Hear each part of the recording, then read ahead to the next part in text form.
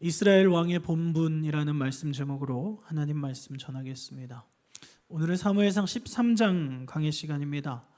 오늘 본문에서는 사울 왕이 블레셋과의 전쟁을 앞두고 제사장만이 집례할 수 있는 이 제사를 집례하고, 그리고 이스라엘의 왕으로서 사실상 폐위를 당하는 내용이 기록된 말씀이에요. 여기서 우리는 한 가지 질문을 하지 않을 수가 없습니다. 왕이 제사를 집례한 것이 왕에서 폐위될 정도로 큰 잘못인가 하는 문제입니다. 오늘 말씀을 살펴보며 사울이 폐위된 진짜 이유와 사울의 잘못이 무엇인지 한번 살펴보도록 하겠습니다. 먼저 1, 2절입니다. 사울이 왕이 될 때에 40세라 그가 이스라엘을 다스린 지 2년에 이스라엘 사람 3,000명을 택하여 그 중에서 2,000명은 자기와 함께 믹마스와 베델산에 있게 하고 1,000명은 요나단과 함께 베냐민 기브아에 있게 하고 남은 백성은 각기 장막으로 보내니라. 사울이 드디어 왕이 되었습니다. 그리고 이스라엘을 다스린 지 2년이 지났습니다. 근데 이제 왕정제도가 실시되었으니 이스라엘에도 상비군이 필요합니다.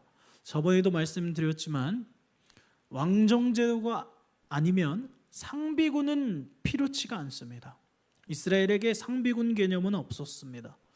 전쟁이 터지면 그때 이제 일상생활을 하다가 그때 소집되면 되는 거예요. 늘 상주하는 상비군이 없어요. 하나님께서 이스라엘을 지켜주시고 하나님께서 전쟁에 함께 하시니 사실 상비군이 필요 없었던 겁니다. 그런데 이제 그런 하나님을 버리고 백성들이 왕을 구했습니다. 그래서 이 이스라엘에도 상비군이 필요했습니다. 근데 오늘 말씀을 보니까 그래 봐야 3,000명밖에 없어요. 군사가 3,000명밖에 없습니다. 많지 않은 숫자예요. 근데 그 중에서도 둘로 나누어요. 2,000명은 사울을 따르게 하고 1,000명은 사울의 아들인 요나단을 따르게 합니다. 여기서 이제 한 가지 문제가 발생됩니다. 3절 말씀에 요나단이 게바에 있는 블레셋 사람의 수비대를 치매 블레셋 사람이 이를 들은지라 사울이 온 땅에 나팔을 불어 이르되 히브리 사람들은 들으라 하니. 게바는 블레셋에게 빼앗긴 베냐민 족속의 땅입니다. 그러니까 원래는 이스라엘의 땅이에요. 원래는 이스라엘의 땅이지만 지금은 누구의 땅이에요? 블레셋의 땅이에요. 현재는 블레셋의 땅입니다. 근데 이 블레셋의 땅을 사울의 아들인 요나단이 공격을 한 거예요. 그러니까 게바를 공격한 그것은 명분은 참 좋습니다. 빼앗긴 땅을 되찾아오겠다라는 거예요. 우리 하나님의 민족인데 하나님의 선택받은 자녀들인데 저 가나안 족속들한테 땅을 빼앗겨서야 되겠느냐? 찾아오겠다 이거예요. 명분은 참 좋아요. 그런데 문제는 이 전쟁을 하기에 앞서서 하나님께 여쭙고 했던 전쟁인가? 그것도 아니라면 이것은 하나님의 뜻 안에 있는 전쟁인가? 둘 다 아닙니다. 그럼 왜 블레셋을 공격할까요? 3절 후반부에 보면 사울이 온 땅에 나팔을 불어 이르되, 지금 사울이 전쟁에 나팔을 불었다라는 것을 성경은 강조하고 있어요. 하나님이 명하셨다 이게 아니고요, 사울이 나팔을 불고 있는 겁니다. 즉 지금 이 전쟁은 사울의 주도하에 일어난 전쟁이라는 거예요. 한번 생각해 보세요. 사울이 언제 인기를 얻었습니까? 사무엘상 11장에서 암몬 족속과의 전쟁을 통해서 갑자기 급부상하게 돼요. 물론 그것도 하나님의 역사하셔서 소심한 사울에게 하나님의 영이 임했고, 그래서 이 사울에게 의분이 일어났고 백성들을 하나로 규합했죠. 그 암몬 족속을 무찌르고 백성들에게 인기를 얻게 됐어요. 그로부터 2년이 지났고 왕으로서 백성들에게 무엇인가 보여줘야 됐던 거예요. 여기서 이제 사울이 인간적인 방법을 동원해요. 무리수를 두기 시작합니다. 우리의 원수 국가인 블레셋 족속을 공격하고 전쟁을 승리로 이끌어서 백성들로부터 더 많은 인기를 얻고 나의 권력을 견고히 하겠다라는 거예요. 그래서 백성들이 사울의 소집 명령을 듣고 모이긴 모였습니다. 근데 문제가 꽤 커요. 5절 말씀해 봅시다. 블레셋 사람들이 이스라엘과 싸우려고 모였는데 병거가 3만이요 마병이 6천 명이요 백성은 해변의 모래같이 많더라. 그들이 올라와 베다웬 동쪽 믹마스에 진침해. 아멘. 병거가 3만입니다. 그러니까 병장기를 말하는데 오늘날의 개념으로 이해하면 탱크와 같아요. 그때 당시 이 고대 시대의 병거는 탱크가 무려 3만 대예요. 마병은 기마병이죠. 말 타고 다니는. 그러니까 마병이 6천 명이면 말도 6천 필은 있는 거예요. 그리고 백성은 군사를 말하는데 그 군사들이 해변에 모래같이 많았대요. 수만 명, 수십만 명의 군사가 동원됐다라는 거예요.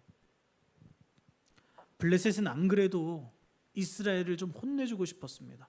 그 전에 이 사무엘상 역사를 보게 되면 분명히 전쟁에서 이겼는데 그 언약궤 때문에 완전 다 항복하고 돌려보내잖아요.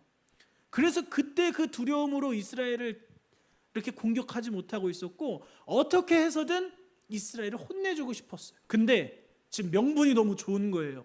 이스라엘이 먼저 공격했잖아요. 그래서 지금 수많은 군대가 모집되고 지금 이스라엘 군대 앞에 블레셋도 진쳤다라는 겁니다. 그래서 어떻게 됩니까? 6절 7절에 이스라엘 사람들이 위급함을 보고 절박하여 굴과 수풀과 바위 틈과 은밀한 곳과 웅덩이에 숨으며 어떤 이브리 사람들은 요단을 건너 갓과 길르앗 땅으로 가되 사울은 아직 길갈에 있고 그를 따른 모든 백성은 떨더라. 이렇게 기록합니다. 이스라엘 백성들 입장에서 너무 두려운 현상이 일어나는 거예요.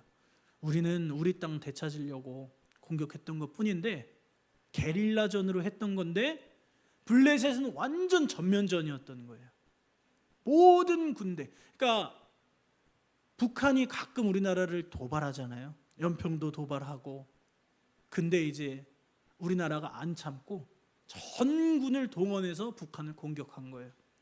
그러면 북한이 그때는 진짜 쫄지 않을까요?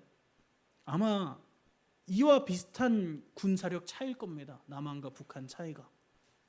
이스라엘 입장에서도 무리수를 뒀는데 블레셋이 정말 정면으로 맞서는 거예요. 모든 군대를 끌고 왔어.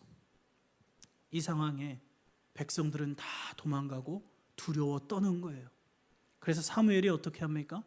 8절 9절에 사울은 사무엘이 정한 기한대로 이레 동안을 기다렸으나 사무엘이 길갈로 오지 아니하매 백성이 사울에게서 흩어지는지라 사울이 이르되 번제와 화목제물 이리로 가져오라 하여 번제를 드렸더니. 아멘. 사울이 사무엘이 정해준 기한대로 일주일을 기다렸어요. 일주일째 되는 날입니다. 그런데도 안 오는 거예요. 그 사이 백성들은 점점점 겁먹고 군을 이탈해요. 도망가요. 그래서 사울은 해서는 안 되는 잘못을 저지릅니다. 직접 번제를 드려요. 제사장만 할 수 있는 제사를 집례했다라는 거예요. 그럼 이것이 왜 잘못인가? 이것이 잘못인 이유부터 한번 우리가 살펴봐야 합니다. 민수기 3장 10절 말씀에 너는 아론과 그의 아들들을 세워 제사장의 직무를 행하게 하라. 외인이 가까이 하면 죽임을 당할 것이니라. 아멘. 제사장은 오직 아론과 그의 아들들만 행할 수 있는 직분이에요. 이것에 토를 달 수는 없는 거예요. 이건 하나님의 뜻이고 하나님의 주권입니다. 이 일에 외인이 가까이 하면 어떻게 돼요? 죽는 거예요. 이 제사장이 해야 할 가장 중요한 본분은 제사를 집례하는 겁니다. 하나님과 백성 사이를 중보하는 거예요. 그것이 제사장의 가장 중요한 본분인데 이 제사장의 업무를 사울이 침범한 거예요. 아니 하나님 왜 아론의 후손만 제사장이 될 수 있습니까? 왜 그들만 제사를 집례할 수 있습니까? 반문할 수 있겠지만 사실 반문할 수 없는 거예요. 그것은 하나님의 뜻이에요. 하나님의 절대 주권이고 하나님의 권위예요. 그런데 지금 사울이 제사를 직접 집례했다라는 것은 하나님의 권위에 도전하는 거예요. 죽음을 당해 마땅한 큰 죄를 지었다라는 겁니다. 이스라엘의 역사에서도 알다시피 고라 자손이 아론의 이 제사장 가문의 반역을 들고 땅에 빠져 죽습니다. 그만큼 이미 이스라엘의 역사 가운데 하나님께서 제사장은 내가 세운 나의 이 주권이라는 걸 분명하게 선포하셨어요. 근데 사울이 또 실수합니다. 그런데도 사울은 이것이 하나님 앞에 큰 죄인지도 몰라요. 그래서 어떻게 되냐면 오늘 본문 10절 말씀에 번제 드리기를 마치자 사무엘이 온지라 사울이 나가 맞으며 문안하매. 번제를 마쳤습니다. 그때 기다렸다는 듯이 사무엘이 오게 돼요. 근데 사울이 사무엘을 나가서 맞으며 문안하매 이렇게 기록합니다. 성경에는 아무런 또 추가적인 설명이 없지만, 특별히 이 PPT에는 더 추가적인 설명이 없지만, 이 성경 말씀에 보게 되면 맞으며라는 단어 뒤에 숫자 1 이렇게 돼가지고 각주가 되어 있습니다. 성경이 있으신 분은 한번 보면 좋을 것 같아요. 오늘 본문 10절에 맞으며 다음에 숫자 1하고 작은 각주가 있어요. 근데 그 뜻이 보면 축복이라는 뜻입니다. 그러니까 지금 사무엘이 오니까 그를 축복하며 환영했다라는 거예요. 그러니까 이것으로 보아서 사울이 지금 자기의 잘못을 알고 있는 거예요? 모르고 있는 거예요? 몰라요. 분위기 파악이 안 되는 겁니다. 내가 잘못한 건지도 모르는 거예요. 그럼 여기서 사울이 취했어야 할 행동은 무엇입니까? 첫째로 끝까지 기다려야죠. 이 번제가 마치자마자 사무엘이 온 것으로 보아서 사무엘은 기한 내에 온 거예요. 끝까지 기다렸어야 해요. 둘째로는 번제는 드리면 안 돼요. 하나님께 기도하고 백성들을 하나로 규합하여 하나님을 바라보게 만들 수는 있습니다. 그것이 사울이 왕으로서 할 수 있는 가장 최선의 방법이었어요. 그럼 사울이 이런 심각한 죄를 범한 까닭이 어디 있을까요?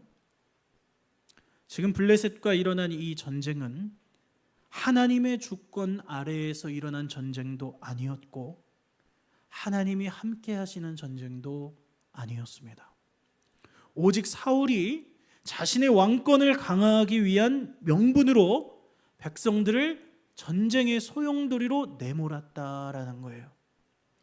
즉 지금 이 전쟁은 역사의 주권자이신 하나님께서 명령하셔서 이끌어가신 전쟁이 아니라 인간 사울이 역사의 주권자로 되고 싶어서 하나님보다 앞서서 자기가 이스라엘 백성들을 전쟁으로 이끌어갔다라는 거예요.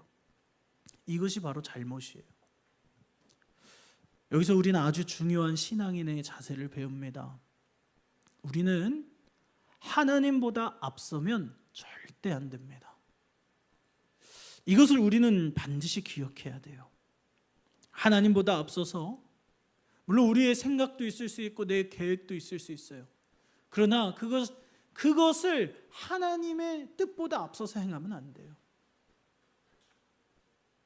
내 마음대로 내 뜻대로 할 수는 있지만, 그래서 처음에 잘 될 수는 있지만 결국 그 길이 평안할 수는 없습니다. 그러므로 더디 가더라도 돌아가더라도 하나님보다 앞서지 말고 하나님의 뜻에 순종하며 살아가는 저와 여러분이 되기를 축복합니다. 오늘 말씀을 이제 묵상하면서 11장에 기록된 암몬 족속과의 전쟁을 비교하지 않을 수가 없습니다. 두 전쟁은 공통점도 있고 차이점도 있는데 우선 공통점이라고 하면 사울이 백성들을 소집했다라는 거예요. 사울이 11장에서도 소를 각을 떠서 마을에 보내서 백성들을 소집하지 않습니까? 오늘도 나팔을 불어서 백성들을 불러요. 이것이 공통점이에요. 차이점이라고 하면 싸우는 대상이 다르죠. 그리고 전쟁의 명분이 다릅니다. 암몬 족속과의 전쟁은 그들이 먼저 쳐들어왔어요. 근데 지금은 이스라엘 민족이 먼저 공격한 거예요. 사울이 먼저 공격했다라는 거예요. 그리고 백성들의 사기가 달라요. 그때는 하나님의 영이 임해서 하나님께서 그들에게 용기도 주시고 거룩한 분노도 주셔서 친히 그 암몬 족속과 담대하게 싸울 수 있도록 하셨어요. 근데 지금은 백성들의 상태가 어떻죠? 두려워 떨고 있습니다. 도망갈 수 있으면 도망가고 있어요. 결정적인 차이는 하나님의 임재예요. 그때는 하나님이 임재하셨지만 지금 이번 전쟁에서는 하나님이 임재하셨다라는 언급이 없어요. 하나님이 함께 하시지 않았다라는 겁니다. 그럼 왜 하나님은 이스라엘이 전쟁을 하는데 함께 하지 않으셨을까? 그 이유는 간단하죠. 사울 자신이 본인을 위한 전쟁을 일으켰기 때문입니다. 아까도 말씀드렸지만 이 전쟁은 하나님의 뜻도 아니었고 하나님께 여쭙고 시작한 전쟁도 아닙니다. 오로지 사울이 자기의 권력을 견고히 하기 위해 섣불리 일으킨 전쟁이었어요. 그리고 이 전쟁에서 이기기 위해서 오직 제사장만이 집례할 수 있는 제사를 감히 집례하는 죄까지 추가하여 지었다라는 거예요. 그러면 이러한 전쟁에서도 하나님께서는 사울과 이스라엘 백성들을 위해서 사울이 기도한 대로, 사울이 뜻한 대로 응답하시고 함께 하셔야 할까요? 그런데 우리도 이와 같은 실수를 범할 때가 많이 있습니다. 하나님의 뜻과는 전혀 상관없이 그저 나의 욕망을 위해서, 나의 필요를 위해서 하나님을 이용할 때가 있다라는 거예요. 우리가 반드시 기억해야 하는 것은 하나님은 우리의 소원을 들어주는 요술램프가 아니라는 거예요. 우리가 하나님의 주권에 순복해야지 하나님이 나의 요구에 응하시게, 나의 뜻에 굴복하게 만들어선 안 된다라는 거예요. 이 주종 관계가 확실해야 합니다. 오늘 사울이 범한 실수는 바로 이거예요. 단순히 번제의 문제가 아니라 자신이 하나님께 순종해야 하는데, 자신이 하나님께 순복해야 하는데 하나님을 내 뜻대로 굴복하게 만들었다는 거예요. 다시요. 사울의 잘못은 단순히 번제의 문제가 아닙니다. 자신이 하나님께 순종해야 하는데 그게 아니라 하나님을 내 뜻에 굴복하게 만들려고 있다라는 거예요. 이 죄는 아주 큰 죄입니다.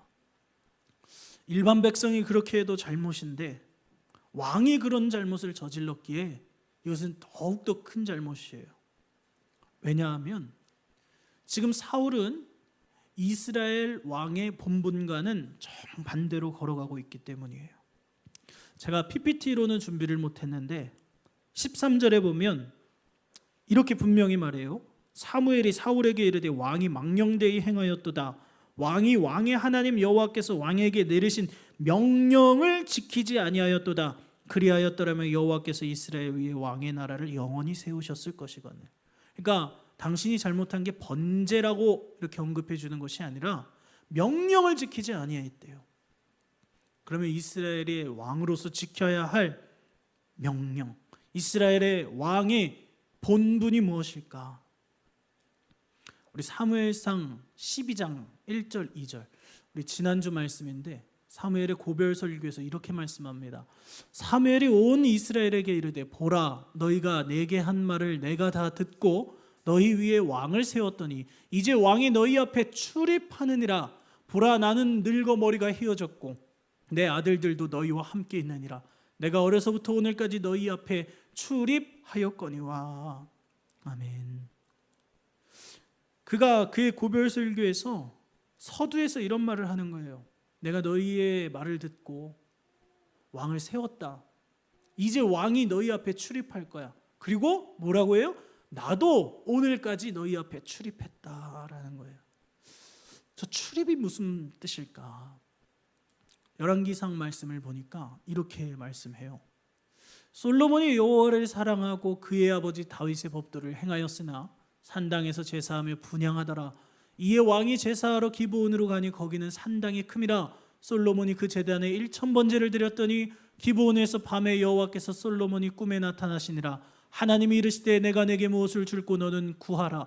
솔로몬이 이르되 주의 종 내 아버지 다윗이 성실과 공의와 정직한 마음으로 주와 함께 주 앞에서 행함으로 주께서 그에게 큰 은혜를 베푸셨고 주께서 또 그를 위하여 이 큰 은혜를 항상 주사 오늘과 같이 그의 자리에 앉을 아들을 그에게 주셨나이다. 나의 하나님 여호와여, 주께서 종으로 종의 아버지 다윗을 대신하여 왕이 되게 하셨사오나 종은 작은 아이라 출입할 줄을 알지 못하고 주께서 택하신 백성 가운데 있나이다. 그들은 큰 백성이라 수요가 많아서 셀 수도 없고 기록할 수도 없사오니 누가 주의 이 많은 백성을 재판할 수 있사오리이까. 듣는 마음을 종에게 주사 주의 백성을 재판하여 선악을 분별하게 하옵소서.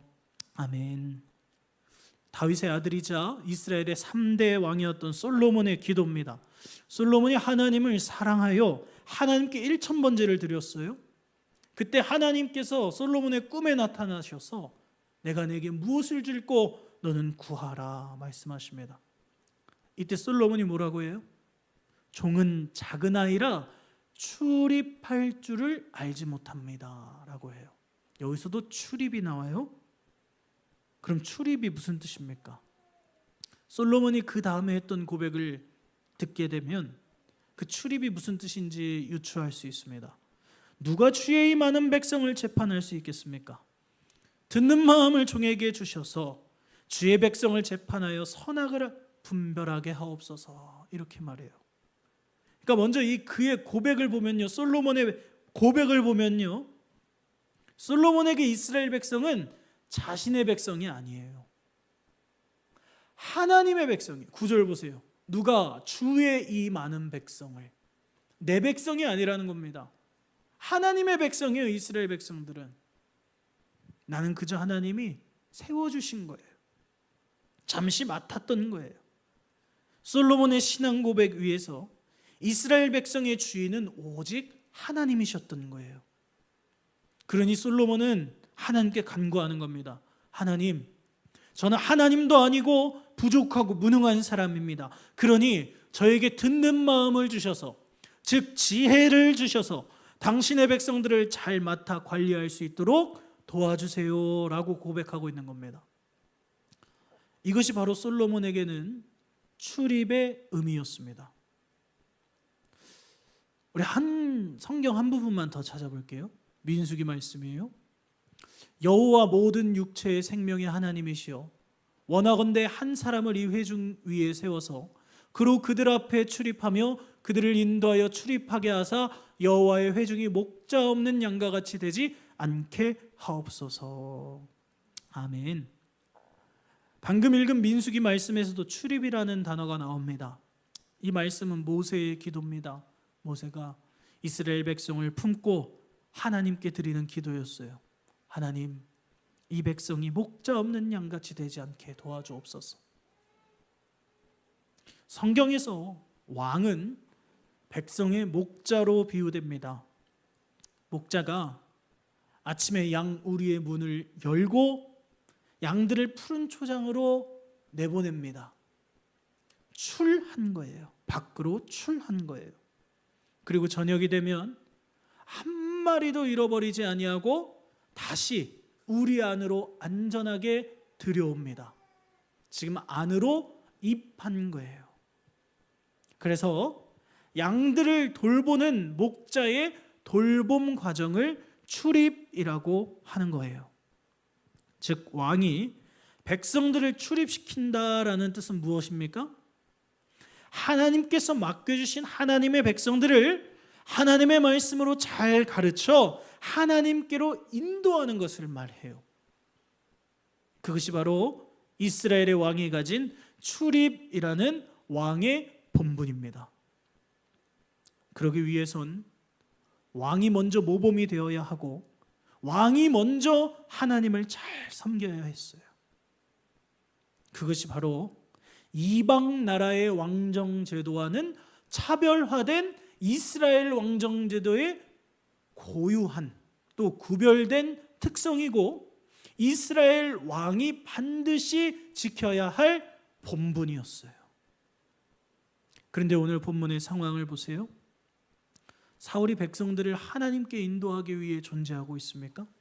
지금 이 전쟁이 백성들을 하나님께 인도하기 위해 일으킨 전쟁이었습니까? 아니에요.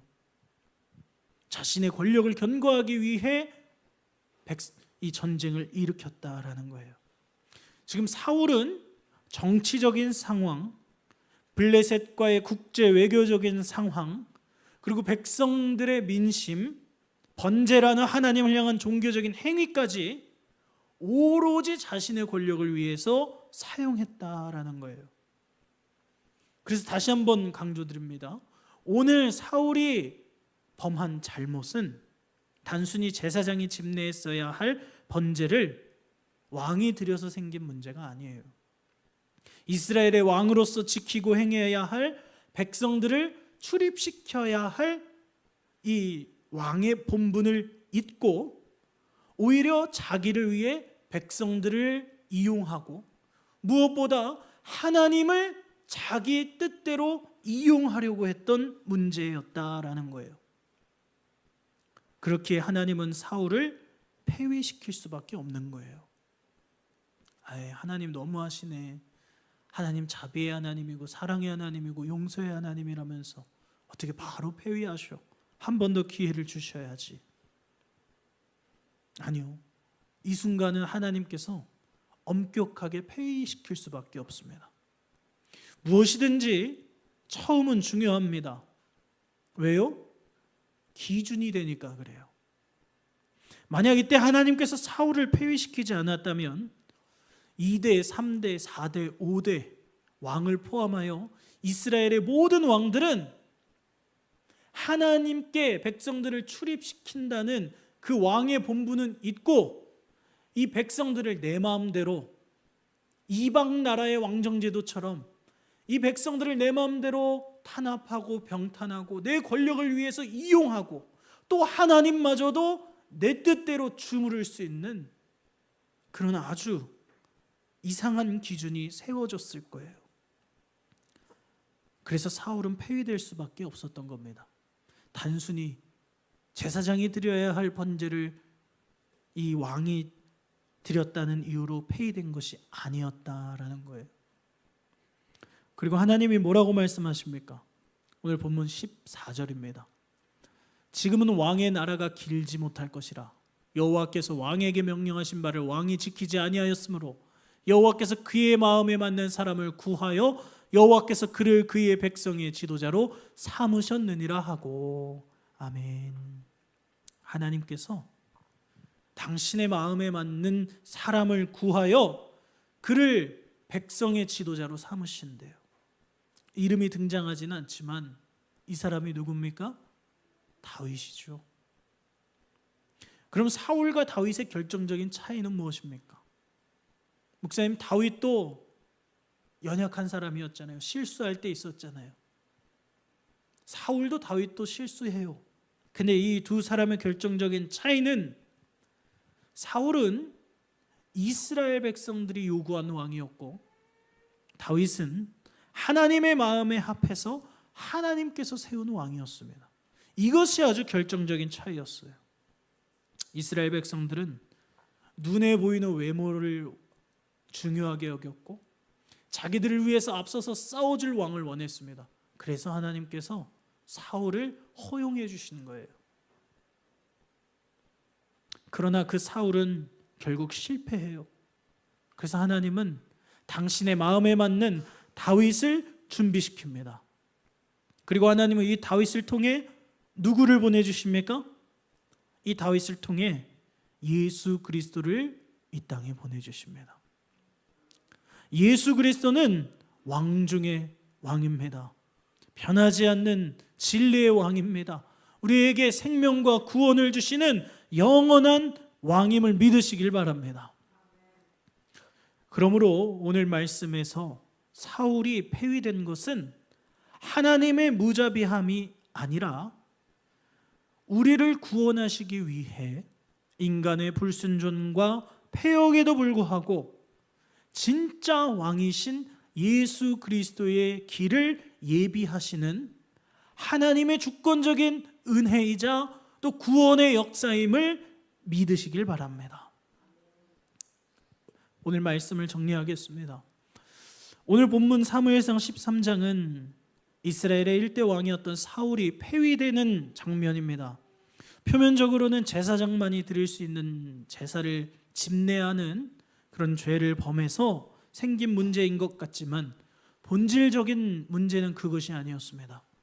사울이 폐위된 결정적인 이유는 백성들을 하나님께로 잘 인도해야 할, 출입해야 할 이스라엘 왕으로서의 본분은 있고 오히려 내 맘대로 내 뜻대로 백성들을 이용하고 하나님을 이용하려 했던 죄 때문이었습니다. 사울이 블레셋과 전쟁을 일으킨 이유를 생각해 보십시오. 하나님의 뜻입니까? 하나님께 여쭙기라도 했습니까? 아니에요. 그저 자신의 왕권을 견고히 하기 위한 인간적인 욕망이었습니다. 그러므로 오늘 말씀을 우리는 반면교사 삼아야 합니다. 하나님보다 앞서고 하나님을 내 뜻대로 이용하려는 불신앙과 교만의 죄를 짓는 자가 아니라 오히려 예수님의 인도하심을 따라가는 양의 위치와 본분을 망각하지 않는 겸손한 성도가 되기를 소망합니다. 우리는 왕은 아니지만 우리의 왕이자 우리의 구원자이자 우리의 선한 목자 되시는 예수님의 어린 양인 줄 믿습니다. 요한복음 말씀에서 이렇게 기록합니다. 내 양은 내 음성을 들으며 나는 그들을 알며 그들은 나를 따르느니라. 아멘. 우리는 우리의 선한 목자 되시는 예수님을 따라가는 어린 양임을 기억하시고 결코 주님보다 앞서는 사울과 같은 죄를 범하지 말고 늘 그분의 뒤에서 그분을 따라가는 인생이 되기를 축복합니다. 그것이 설령 더디 가더라도 돌아가더라도 세상에서 말하고 있는 번영과 축복과 성공이 아니라고 할지라도 그것이 가장 복된 길이고 하나님 나라로 가는 확실한 길임을 믿으시길 바랍니다.